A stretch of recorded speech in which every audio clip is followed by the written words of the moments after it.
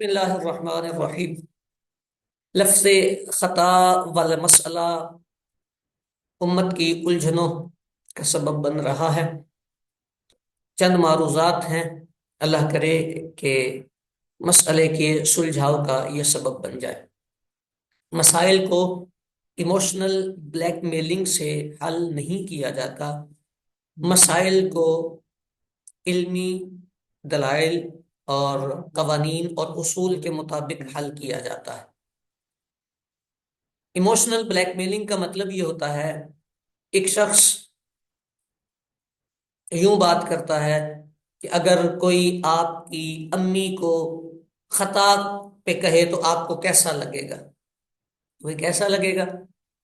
اگر ہم صاحب علم ہیں اور اللہ نے علم کی نعمت سے نوازا ہے، شریعت مطہرہ کی پاسداری پیش نظر ہے، تو ہمیں ویسے ہی لگے گا جیسا شریعت مطہرہ نے رکھا ہے۔ اچھے یا برے کا فیصلہ ہم اپنے جذبات سے نہیں کرتے، شریعت کے اصولوں سے کرتے ہیں۔ ایک بندہ کہتا ہے نبی پاک کی بارگاہ میں کھڑے ہو کر یہی بات کہہ سکتے ہیں، تو یہ بھی ایموشنل بلیک میلنگ ہے۔ بالکل جو بات شریعت مطہرہ کہنے کی اجازت دے گی وہ بات کہی جا سکے گی، جس سے روک دے گی وہ ان کی بارگاہ میں بھی نہیں کہہ سکتے، اور جناب سیدنا امیر معاویہ اور سیدہ بطول پاک کی بارگاہ میں بھی نہیں کہہ سکتے۔ مسئلہ جذبات کا نہیں ہے، مسئلہ شریعت مطہرہ کی پاسداری کا ہے۔ شریعت نے مسئلے کے حل کے لیے اصول دیے ہیں۔ اس مسئلے کا حل کیا ہے؟ اس مسئلے کا حل دو باتیں فائنل کر دی جائیں تو امت سکون میں آ جائے گی۔ پہلے نمبر پر لفظ خطا بے ادبی ہے یا نہیں؟ یہ جو لفظ خطا ہے منسوب الی المعظم،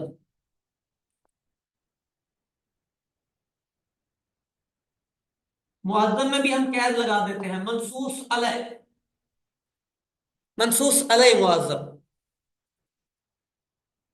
جس کی عظمت رفعت منصوص علیہ ہے، اس کی طرف اگر لفظ خطا کی نسبت کی جائے تو کیا یہ بے ادبی ہے یا نہیں؟ جذبات سے نہیں، اس کا فیصلہ قوانین اور اصولوں کی روشنی میں کرنا ہے۔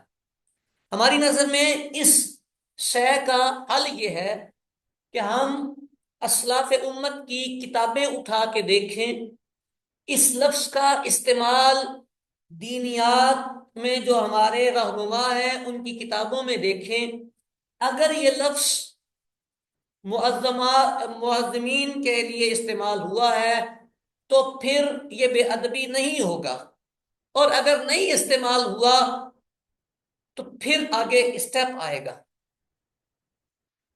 یعنی سلوشن کے لیے آپ کتابیں اٹھا لیں اور اس لفظ کو تلاش کریں کہ ہمارے اکابر نے اسے معظم دینی کے لیے استعمال کیا ہے یا نہیں۔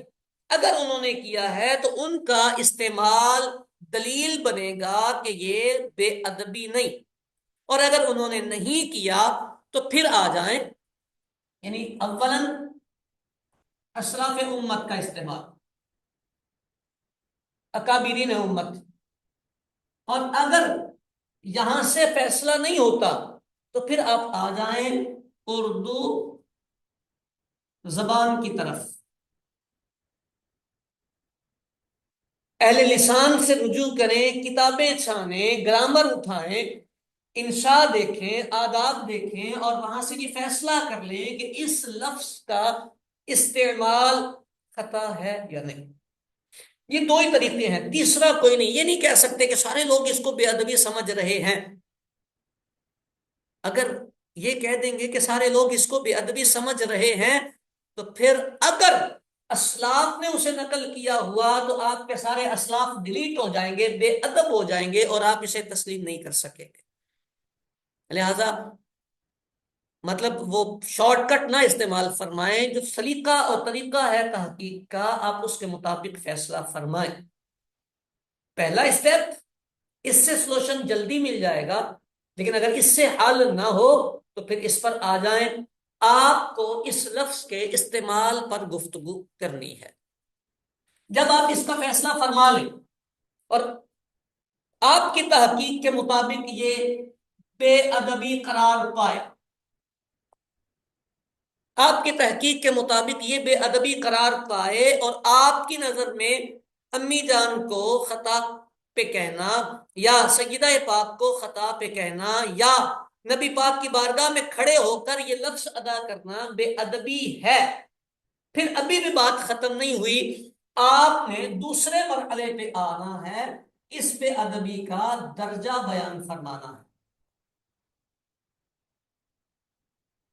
کیونکہ ہر ذی شعور یہ جانتا ہے ہر بے ادبی ایک لیول کی نہیں ہوتی، درجات رکھے ہیں شریعت نے. یعنی قرآن پاک کے اوپر کوئی بھی چیز رکھنا بے ادبی ہوتا ہے. تو اب قرآن پاک کے اوپر اگر کسی نے تفسیر کی یا فقہ کی کتاب رکھ دی تو بے ادبی ہو گئی ہے، لیکن کس درجے کی ہے؟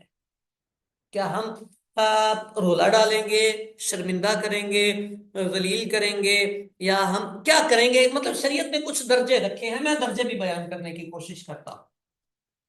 پہلا درجہ ہوتا ہے جی ضروریات دین کا. بے ادبی کا تعلق ضروریات دین سے ہے. اگر اس بے ادبی کا تعلق ضروریات دین سے ہے تو یہ ٹاپ لیول کی بے ادبی ہے. آپ کی دلائل کی روشنی میں اگر ضروریات دین ثابت ہو جاتا ہے تو ہم آپ کے ساتھ اتفاق کرنے کے لیے تیار ہو جائیں گے آپ کے دلائل دیکھنے کے بعد کہ جناب یہ ضروریات دین کا مسئلہ ہے، یہ بے ادبی کرنے والا کافر ہو جائے گا، کیونکہ اس کا یہی ہے. کافر ہونے کا مطلب سیدھا یہ ہے، ارتداد ہے. تو ہم بائیکاٹ بھی کریں گے، ذلیل بھی کریں گے، ہر کام کر جائیں گے جہاں تک شریعت مطہرہ نے حکم دیا ہے. بلکہ ارتداد پر جو آپ کی فقہ کے مسائل ہیں، جو حکم آتے ہیں، وہ سارے نافذ العمل ہو جائیں گے.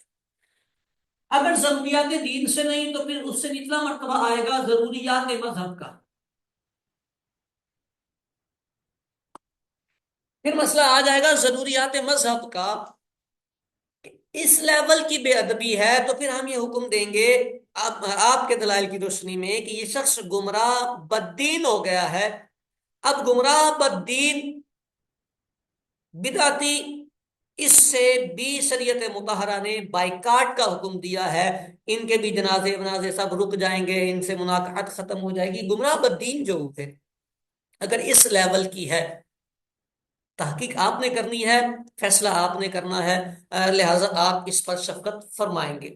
آپ کے دلائل سامنے آ جائیں گے، امت کے لیے آسانی ہو جائے گی. آپ فیصلہ فرما لیں.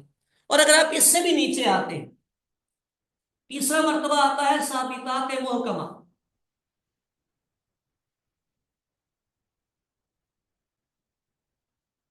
ثابتات محکمہ،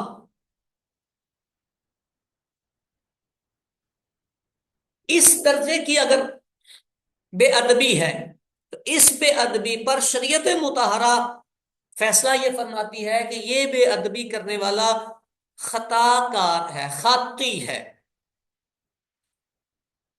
اس میں آپ گمراہ بھی نہیں قرار دے سکیں گے، بددین بھی نہیں قرار دے سکیں گے، بدعتی بھی نہیں قرار دے سکیں گے.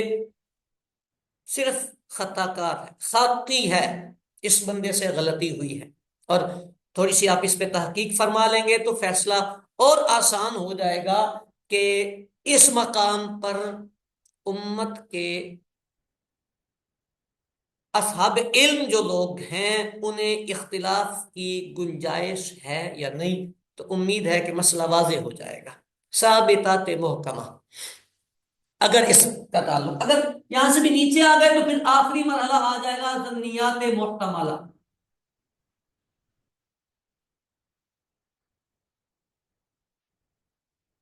ظنیات محتملہ تو اگر بے ادبی کا تعلق اس سے ہے تو پھر تو شریعت بولنے کی بھی اجازت نہیں دے گی. پگڑی اچھالنا، بے عزتی کرنا، ذلیل کرنا تو بڑا دور کی بات ہے، یہاں بھی اجازت نہیں دے گی. آپ کوئی سبھی ایک لیول اس کا فائنل فرما دیں، یہ دو باتیں صرف فائنل کر کے امت کے سپرد کر دیں کہ جناب یہ بے ادبی ہے اور اس کا تعلق اس سے ہے. اب جو بھی بندہ لفظ خطا کا انتصاب سیدہ کائنات، سیدہ نساء العالمین، جناب سیدہ پاک سیدہ بطول زہرا رضی اللہ تعالی عنہا کی طرف کرے گا، اس پر یہ حکم لگے گا. شریعت اتنی اس کے ساتھ گفتگو کی اجازت دے گی. اب فیصلہ فرمائیں. اسی طرح جس نے سیدہ عائشہ صدیقہ طیبہ طاہرہ رضی اللہ تعالی عنہا کے بارے میں یہی لفظ استعمال کیا، وہ بھی اسی کیٹیگری میں آتا چلا جائے گا. جس نے کسی صحابی رسول، صحابی کی بارگاہ میں یہ لفظ استعمال کیے، اس پر بھی یہی حکم آتا چلا جائے گا. تو امید ہے کہ امت مسلمہ آپ درجہ بیان فرما دیں تو امت اپنی شدت میں خود ہی فیصلہ کر لے گی کہ ہم نے کتنی شدت اختیار کرنی ہے. ہمیشہ یاد رکھیے گا، ہم شریعت سے باہر نہیں جا سکتے. اگر مسئلہ اس لیول کا ہے اور آپ شدت اس کی کریں گے تو آپ شریعت پر جری کہلائیں گے. اور مسئلہ اس حیثیت کا ہے اور آپ یہ نرمی دینے کی کوشش کریں گے، اس کا مطلب یہ بنے گا کہ آپ شریعت سے دھوکہ کر رہے ہیں. بات سادی ہے، یہ اصول ہیں آپ کی کتابوں میں، یہ واضح چیزیں لکھی ہوئی ہیں. لہذا اس پر شفقت فرمائیں. دو چیزیں آپ کی بارگاہ میں پیش کی ہیں. امت پریشان ہے، الجھنوں کا شکار ہے، علمی بے توقیری عروج پر ہے. اکابر علماء اہل سنت کے چار نام ہی تو پیچھے باقی تھے، وہ سارے کے سارے ایک دوسرے کی مطلب وہ کہتے ہیں جوتے کی نوک پر آئے، پگڑیاں اچھل گئی. کوئی بھی بندہ عافیت میں صرف وہ ہے کہ جو خاموش بیٹھا ہے، اور جو خاموش بیٹھا ہے اس بیچارے کا کام ہی ٹھنڈا ہے.